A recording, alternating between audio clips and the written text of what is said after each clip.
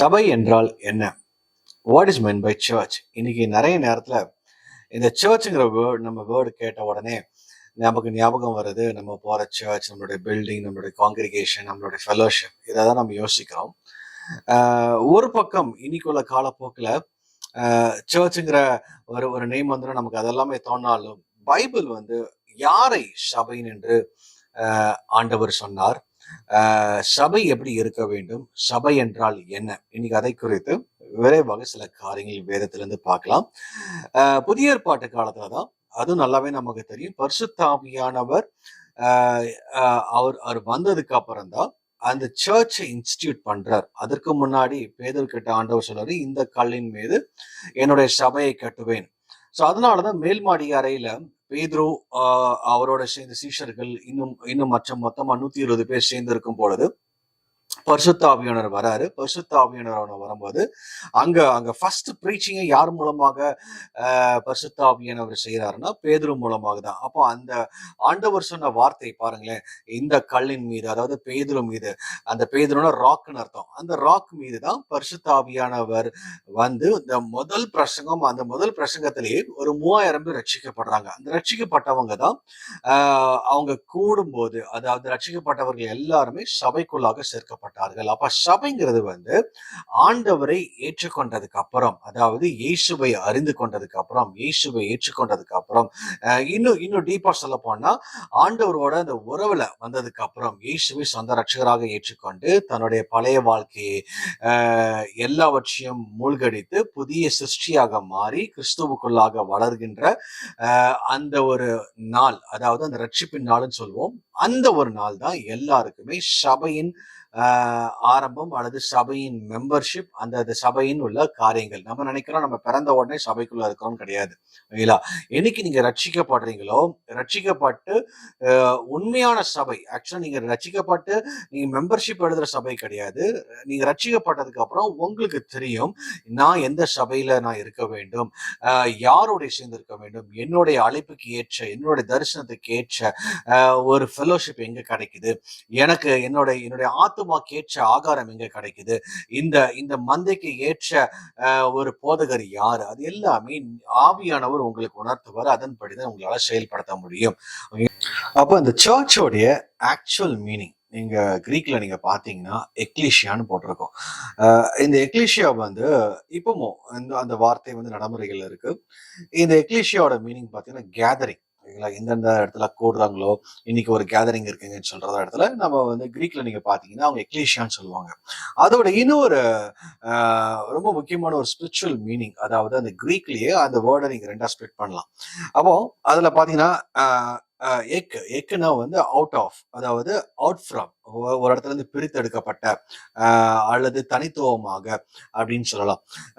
அதே போல கேலியோ, அந்த எக்லீஷியால இருக்கிற ஒரு வேர்டு, அந்த வேர்ட்ல கேலியோங்கிறது வந்து the called ones, ஓகேங்களா, அழைக்கப்பட்டவர்கள், அதாவது அழைக்கப்பட்டு பிரித்தெடுக்கப்பட்டவன் அப்படின்னு சொல்ற ஒரு மீனிங் தான் இந்த எக்லீஷியா அல்லது சர்ச். அப்ப சர்ச்னா என்ன அர்த்தம்னு பாத்தீங்கன்னா, யாரெல்லாம் அழைக்கப்பட்டு இந்த உலகத்திலிருந்து பிரித்தெடுக்கப்பட்டிருக்கிறார்களோ அவர்கள் தான் சபையாக இருக்கிறார்கள்.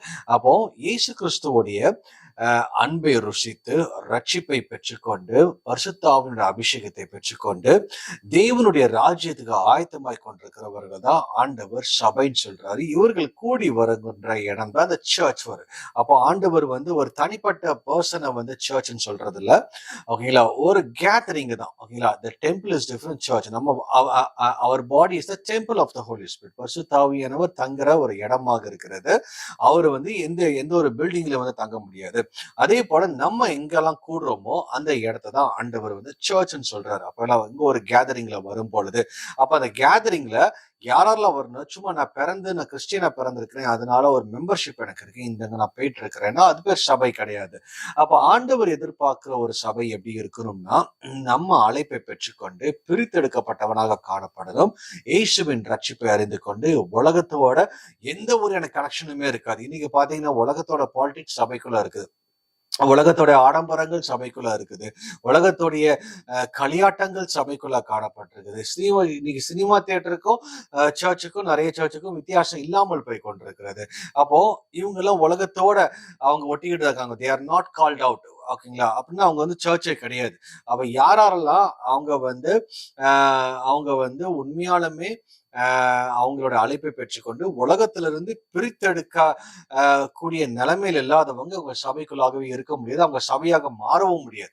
எப்போ அவங்க உலகத்திலிருந்து பிரித்தெடுக்கப்பட்டு உலகத்தின் எல்லா விதமான அசுத்தங்களிலிருந்து இவங்க எப்போ பிரித்தெடுக்கப்பட்டு இயேசுவின் ரத்தத்தால கழுவப்பட்டதுக்கு அப்புறமும் கூட இன்னைக்கு வந்து ஒரு கேஷுவலா போயிருச்சு. இன்னைக்கு வந்து நிறைய இடத்துல அதெல்லாம் ஓகேங்க அப்படின்னு சொல்ற ஒரு நிலைமைக்குள்ளாக தான் அநேக சபைகள் இருக்கு. அதுவே சபை நான் சொல்லவே மாட்டேன். அப்ப ஆண்டவர் எதிர்பார்க்கிற ஒரு சபை, it has to B chosen are called once. The called one, இது இது எப்படி சொல்லலாம்னா த கால்டு அவுட் ஒன்ஸ். ஓகேங்களா? அப்படின்னு கூட நம்ம சொல்ல முடியும். சரி, இதுதான் ஆண்டவர் எதிர்பார்க்கிற ஒரு சபை. இந்த சபை என்ன செய்ய வேண்டும்? இந்த சபை எதுக்கு ஆண்டவர் வந்து எஸ்டாப்ளிஷ் பண்ணிருக்காரு? Why there is a concept call church? ஏதோ வந்து சண்டே சும்மா போய் கேதர் பண்ணிட்டு வர்றதுக்கா, அல்லது வாட் இஸ் த பர்பஸ்? இந்த சர்ச் உடைய main purpose, it has to advance his kingdom. அவருடைய ராஜ்யத்தை இந்த சபை மூலமாக விருத்தி அடை செய்ய வேண்டும். அவருடைய ராஜ்யத்தின் திட்டங்களும் அவர் கொடுக்கிற பிளான்ஸ், இன்னும் எத்தனையோ ஆத்துமாக்கள் அழிந்து கொண்டிருக்கிறது அதன் மூலமாக. ஏன்னா அன்றைக்கு பேதுரு எந்திரிச்சு பிரசங்கம் பண்ணும் பொழுதுதான் அந்த இடத்துல ஒரு 3000 பேர் வராங்க, மனம் திரும்புறாங்க, ரட்சிக்கப்படுறாங்க, சபை உருவாக்கப்படுது. ஓகேங்களா? அப்போ ஒருத்தர் போய் தேவனுடைய வார்த்தையோ வசனத்தையோ சொல்லும் பொழுது அந்த இடத்துல ஒரு ரட்சிப்பு உண்டாகுது.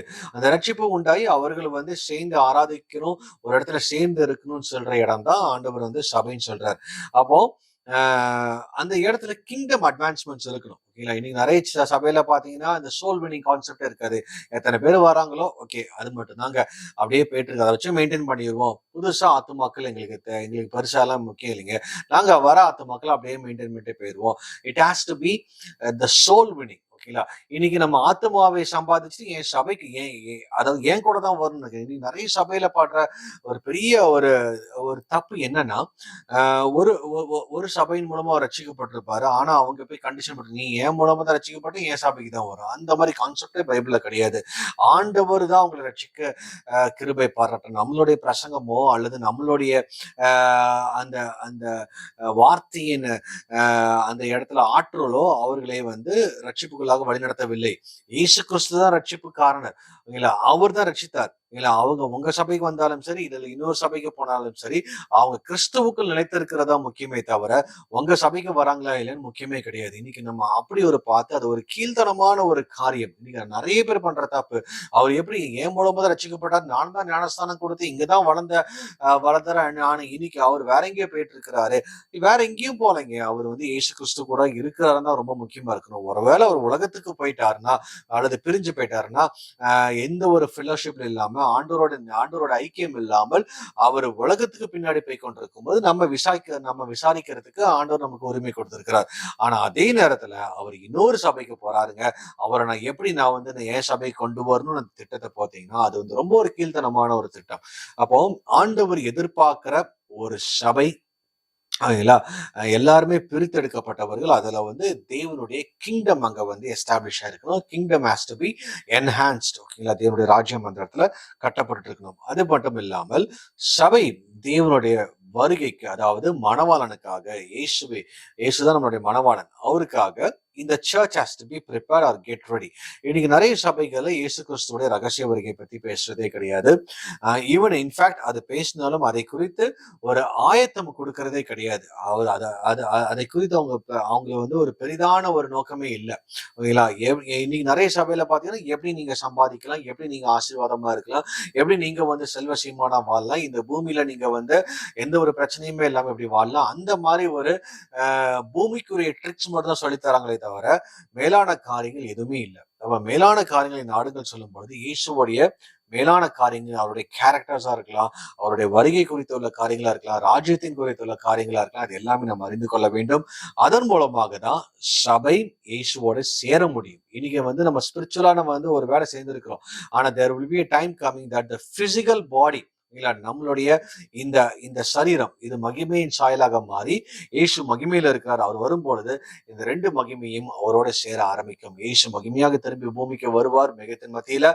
அதே போல சபை ஒரு நாள் மகிமைக்குள்ளாகும். இந்த குளோரிக்குள்ளாக தான் நம்ம சர்ச்சை ப்ரிப்பேர் பண்ணுமே தவிர, it's not how to earn அல்லது how to buy gold அதெல்லாம் வந்து ப்ரிப்பேர் பண்றதுனால there is absolutely 0% use in the church. ஓகேங்களா? 1% அதுல பிரயோஜனமே கிடையாது. அப்போ நீங்களும் நானும் ஆயத்தப்பட வேண்டியது, மற்றவங்களை ஆயத்தப்படுத்த வேண்டியது இயேசுவுடைய வருகைக்காக தான். சர்ச் எப்பொழுதுமே ப்ரிப்பேர் ஆகணும், கெட் ரெடியா இருக்கணும், அவருடைய வருகையில பங்கேற்கணும். இன்னொன்னு, ஆண்டவர் சர்ச்சை பாயிண்ட் பண்ணும்போது இந்த வெளிப்படுத்தல விசேஷத்துல 7 சபைகளுக்கு அவர் லெட்டர் எழுதுறாரு, லெட்டர் எழுத சொல்ல வர்றார். அப்போ அந்த 7 சபைகளை எப்படி அந்த இடத்துல பாயிண்ட் பண்றாரு? It's not about the building. அந்த இடத்துல கட்டப்பட்ட ஒரு பெரிய கோபுரம் கிடையாது. அந்த இடத்துல கட்டப்பட்டது ஒரு பெரிய சபையோ ஆர்கனைசேஷனுமே கிடையாது. அந்த இடத்துல பிலடெல்பியால கூடியிருக்கிறாங்க, எபேசு சபையில அவங்க கூடியிருக்கிறாங்க. அந்த இடத்துல அந்த அந்த அந்த இடத்துல கூடியிருக்கிற ஜனங்களுக்கு ஆண்டவர் கொடுக்குற வார்த்தை என்ன? அவ்வளோ அந்த கூடுகைக்காக தான் ஆண்டவர் அந்த இடத்துல ஒரு கேதரிங், அந்த இடத்துல ஒரு சர்ச்ன்னு சொல்றாரே தவிர, it's not about the building, it's not about your membership, it's not about the congregation, அல்லது it's not about church activities at all. அதெல்லாம் வந்து ஒரு இதுவுமே கிடையாது. ஆண்டவர் எதிர்பார்க்கிற ஒரு காரியம், நம்ம எப்படி ஒரு மனதோட கூடி இருந்து அவரை எப்படி ஆராதிக்கிறோம், அவருடைய வருகைக்காக எப்படி நம்ம ப்ரிப்பேர் பண்றோம்னு அவர் பார்ப்பாரு. So this is what the church is. இந்த சர்ச்ங்கிறத வந்து it's not the external organisation, it's the internal. இவ்வளோ நடக்கிற ஒரு சேஞ்ச் மூலமாக அந்த இடத்துல ஒரு ஃபெலோஷிப் ஆண்டவர் உண்டு பண்ணி இவங்கெல்லாம் ஒரு மனதோட இருக்கும் பொழுதுதான் இயேசு கிறிஸ்துவோட வருகை நடக்கும். அந்த வருகையில சபையை எடுத்துக்கொள்வார். நீங்களும் நானும் ஆயத்தப்பட வேண்டியது, முதலாவது சபையாக, உண்மையான சபையாக மாறணும். அந்த செல்ஃப்லெஸ் சர்ச், அந்த பூமிக்குரிய ஆசீர்வாதங்களுக்காக இயேசுவை தேடாதபடி இயேசுவை முழு இதயத்தோட தேடி அவருடைய வருகைக்கு தகுதிப்படுத்தி ஆயத்தப்படுத்தி பரிசுத்தமாக நம்ம வாழ்வதுதான் உண்மையான சபையாக இருக்கும். கர்த்தர் தாமே இந்த வார்த்தைகளை ஆசீர்வதிப்பாராக. மீண்டும் அடுத்த வாரம் இன்னொரு இன்ட்ரெஸ்டிங் டாபிக் உங்களை நான் சந்திக்கிறேன். God plus.